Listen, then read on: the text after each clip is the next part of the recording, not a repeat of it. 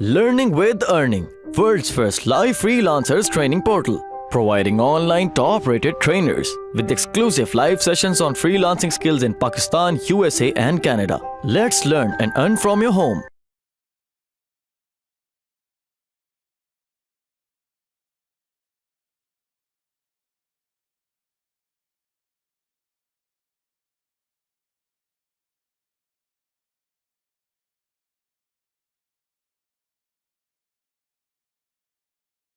अब डब्ल्यू पे आते हैं कि डब्ल्यू क्या है। अब पी ओ डब्ल्यू हम थर्ड स्टेज पे आ गए हैं कि अब हमने ऑर्गेनाइज कर लिया उसको, उस आउटलाइन को अब हमने लिखना स्टार्ट करना है।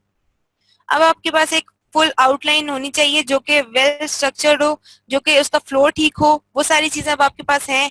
आपके पास एक रफ चार्ट बना हुआ है, वो एक आउटलाइन बनी हुई है। अब आपने उसको फुल सेंटेंसेस में कन्वर्ट करना है। अब आपको ये नहीं होगा कि अब आप जैसे अगर आपने ये सारी चीजें पी और ओ को हटा के डब्ल्यू करने की कोशिश की है, राइट, मतलब आप लिखने लगे हो आप, तो इसमें ये होता है कि अगर आप बगैर आइडियाज लिए लिखना शुरू करोगे ना, तो आपको समझ नहीं आएगी कि आप कौन सी चीज पहले लिख रहे हो, कौन सी बाद में लिख रहे हो, कौन सी पहले होनी चाहिए, कौन सी नहीं होनी चाहिए, और ये वाली चीज इसमें इसका तो ताल्लुक ही नहीं है। फिर आप ये चीज बहुत मिक्सअप कर दोगे, ठीक है। तो आपने सबसे पहले उन दोनों स्टेजेस को करके फॉलो, देन आप इस चीज पे आ रहे हो। अब आपने लिखना शुरू करना है, वो आपके पास एक आउटलाइन। अब आपने सिर्फ ये करना है कि आपने उसको एक फुल सेंटेंसेस में लिख के उसको एक चीज बनानी, लाइक आपके पास ये सारी चीजें हो गई, ठीक है। अब आपने क्या किया, अब ये मैंने वो लेटर खोल लिया है कि जिसमें इस लेटर में मुझे ये सारी चीजें अब कैसे लिखनी है। ये मैंने जस्ट आइडियाज लिखे हैं, उन आइडियाज में से फजूल और फालतू चीजें निकाल दी हैं। जी अमरीन न्याज, बिल्कुल। अच्छा, उसके बाद हमने क्या किया है कि बस आप कुछ भी ऐसा कर सकते हैं जिसमें आपको बाद में लिखने में आसानी रहे, आपको कोई भी प्रॉब्लम ना हो, कंफ्यूजन ना हो जब जब भी आप लिखने की कोशिश कर रहे हो, ठीक है। अब मैंने वो लेटर खोल लिया, अब मुझे इसको लिखना है। तो मैंने अब सबसे पहले बॉस का नाम लिख दिया है कि भाई डियर माइक, इस तरह से सीन है कि मैं कार्ला से मेरी मुलाकात हुई है और हम लोगों ने आज ये चीजें डिस्कस की हैं। अब मैंने वो पहली चीज लिखनी शुरू कर दी है। जी रोजीना, जो शॉर्ट होती हैं लाइंस वो ज्यादा बेटर रहती हैं, बहुत लंबी लंबी लाइनों से बहुत अच्छी रहती हैं। शॉर्ट पैराग्राफ, शॉर्ट लाइंस ये बहुत अच्छी रहती है। लाइक ये हम आगे जाके पढ़ेंगे कि ये चीज किस तरह से मतलब कोई भी चीज आपने लिखी है वो कैसे कैची रहेगी किसी भी बंदे जो भी वो पढ़ रहा है, ठीक है। उसमें काफी सारी चीजें आ जाती हैं। उसके बाद ऐसा है कि मैंने ये लेटर लिखना स्टार्ट कर दिया कि मैं कार्ला से, पहले मैंने सिर्फ ये लिखा था कि कार्ला फलानी कंपनी से आई है, और फिर उसके बाद नेक्स्ट पॉइंट डाला था कि कॉन्ट्रैक्ट रिन्यूअल की बात आई थी, ठीक है। अब मैंने ये पूरा उसको लिख लिया है कि कार्ला से मुलाकात हुई है और उसने कहा है कि भाई उसको कॉन्ट्रैक्ट रिन्यू करवाना है, लेकिन ऐसा है कि उसको लॉयल्टी डिस्काउंट भी चाहिए। अब यहाँ पर आप देखें कि मैंने यहाँ पर कोई भी उस चीज को नहीं देखा कि मैंने सिर्फ उसको जो मेरे माइंड में उसको पढ़ के आ रहा था मैंने उसे लिखा है। मैंने उसके ग्रामेटिकल एरर्स ठीक नहीं किए, मैंने उसकी और भी लाइक जैसे आप देख लें यहाँ पर बर्ड आर लुक, उसमें वो आर की मिस्टेक आ रही है, आई कुडंट के आगे वो एपोस्ट्रोफी की मिस्टेक आ रही है। मैंने ये सारी चीजें मिस्टेक्स यहाँ पे रहने दी हैं, मैंने सिर्फ उसे लिखा है। अभी मैंने ये काम नहीं करना कि मैं यहीं से, हम लोग करते क्या, हम लोग जब लिख रहे होते हैं ना तो हम लिखते लिखते पीछे जाते हैं, एरर्स को ठीक करते हैं, फिर आगे लिखना स्टार्ट करते हैं। ये चीज नहीं करनी। इससे ये होता है कि आपका वो फ्लो टूट जाता है और आप फिर आपके माइंड में जो चीज ज्यादा अच्छी आनी होती है वो नहीं आती, क्योंकि आपने बीच में जो है वो थोड़ा प्रॉब्लम किया है, ठीक है। अब आपने करना क्या है कि अब बिल्कुल इस स्टेज पे, जो अभी हम राइट की स्टेज पे हैं, इस स्टेज पे आप लोगों ने बिल्कुल भी एरर्स वगैरह को नहीं देखना। इस स्टेज पे आप लोगों ने इस तरह से नहीं करना कि आपने लाइक अभी आप उन एरर्स को भी जाके ठीक करो और अपने सेंटेंसेस को भी जाके ठीक करो। ये चीज अभी नहीं करनी। अभी जो आपके माइंड में आ रहा है आपने वो लिखते जाना है। अब मैंने ये सारी चीजें लिख दी हैं कि भाई वो कह रही है कि वो कॉल नहीं ले सकती और वो बाद में आपसे बात करेगी, और उसके बाद उससे अब उसको फीडबैक भी है कि वो बहुत खुश है, हमारे जो सॉफ्टवेयर अपडेट्स है हम उसे करते रहते हैं, उस चीज से वो बहुत खुश है। और मैं ये मार्क को बता दूंगा ये बात, क्योंकि वो ये सारी चीजें हैंडल करता है, ठीक है। और उसने कहा है कि भाई उसको फोन सपोर्ट चाहिए, क्योंकि वो इस चीज से खुश नहीं। अब मैंने पहले ये चीज बताई है कि वो किस चीज से खुश है। वो इस चीज से खुश है कि उसको अपडेट्स मिल रही हैं, ठीक है। और अब वो इस चीज से खुश नहीं है कि उसको सपोर्ट नहीं मिल रही वहां से। लाइक अगर हमें एक बंदे को इंस्टेंट उसकी कॉल पिक करके, जब भी वो हमसे कांटेक्ट करे, कॉल पिक करके उसको जो भी देना है, फीडबैक दिया, उसको उसकी हेल्प करनी है जो भी चाहिए हो, तो वो उसको फौरन इंस्टेंटली मिलनी चाहिए, लेकिन उसको नहीं मिली क्योंकि उसको 10 मिनट इंतजार करना पड़ा, उसने ऐसा कहा।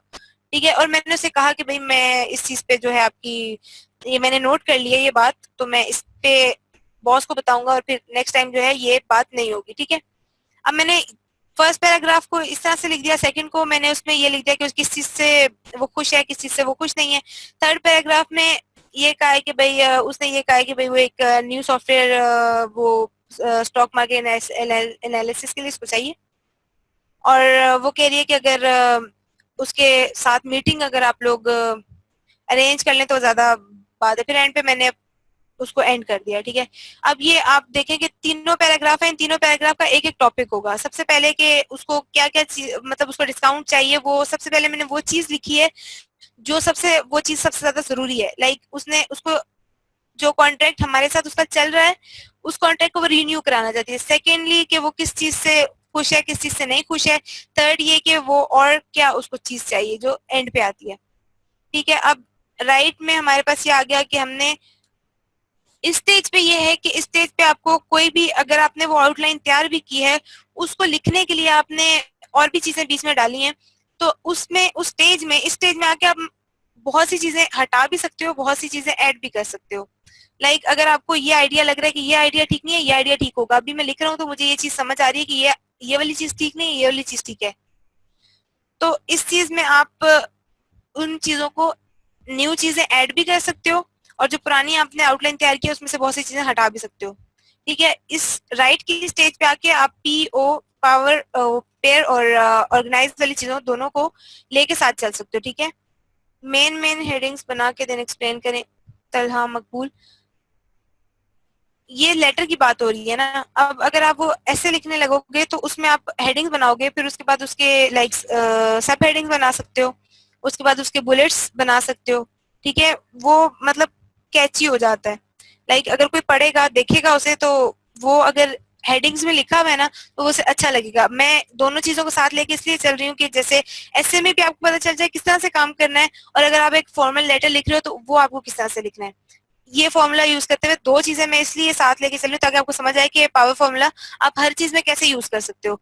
अब ऐसे वाली बात है कि ऐसे हमने लिखा था, उसमें हमने हेडिंग्स ही डाली हुई थी मेन, और उसके बाद फिर उसके बाद उसको एक्सप्लेन किया हुआ था फर्दर। ठीक है, अब इस टाइम पे आपने पैराग्राफ को आपने ये नहीं सोचना कि भाई मैं ये लिख रहा हूँ तो ये पैराग्राफ में कितने डालूं। अब आपने शुरू में लिखने से पहले सोच लिया है कि मुझे 4 पैराग्राफ बनाने चाहिए, 3 पैराग्राफ बनाने चाहिए, ये चीज आपने नहीं करनी। आपने फ्लो में लिखते जाना है। लाइक अगर आप एक पैराग्राफ लेते हो ना, उसको आप लाइक 4 to 5 लाइंस में कर देते हो तो वो सही रहता है। जबकि अगर आप बहुत लंबा, आपने एक समझे कि आप 20 लाइनों का पैराग्राफ डाल दिया तो वो अच्छा नहीं लगता।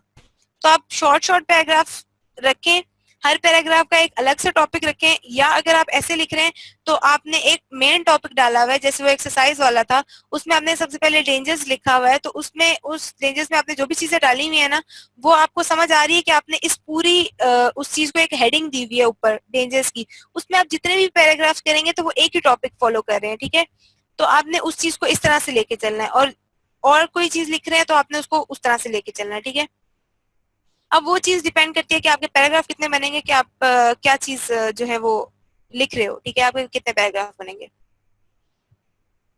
आपने उस इंफॉर्मेशन के बारे में सोचें जो आप मतलब किसी भी रीडर को देना चाह रहे हो, आपका बॉस है, या आप किसी के लिए आर्टिकल लिख रहे हो, या आप कोई प्रोडक्ट रिव्यू लिख रहे हो, जो भी चीज है आपको उस हिसाब से वो इंफॉर्मेशन डालनी है अपने पैराग्राफ में। ठीक है, एक पैराग्राफ एक सिंगल यूनिट ऑफ इंफॉर्मेशन में आपको बता चुकी हूँ। एक टॉपिक होना चाहिए एक पैराग्राफ में, अगर आपका एक मेन हेडिंग आपने नहीं दी हुई। और उसके बाद ऐसा है कि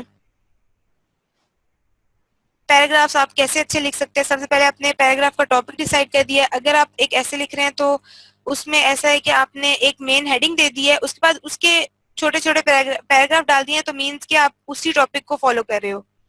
और टॉपिक आपने स्टार्ट में डालना है ताकि जो भी पढ़ने वाला है उसको समझ आ जाए कि भैया मैं इस पूरे पैराग्राफ में क्या चीज पढ़ने लगा हूँ। और फिर उसके बाद आपने साथ उसके रिलेटेड आइडियाज डाल देने हैं। ठीक है।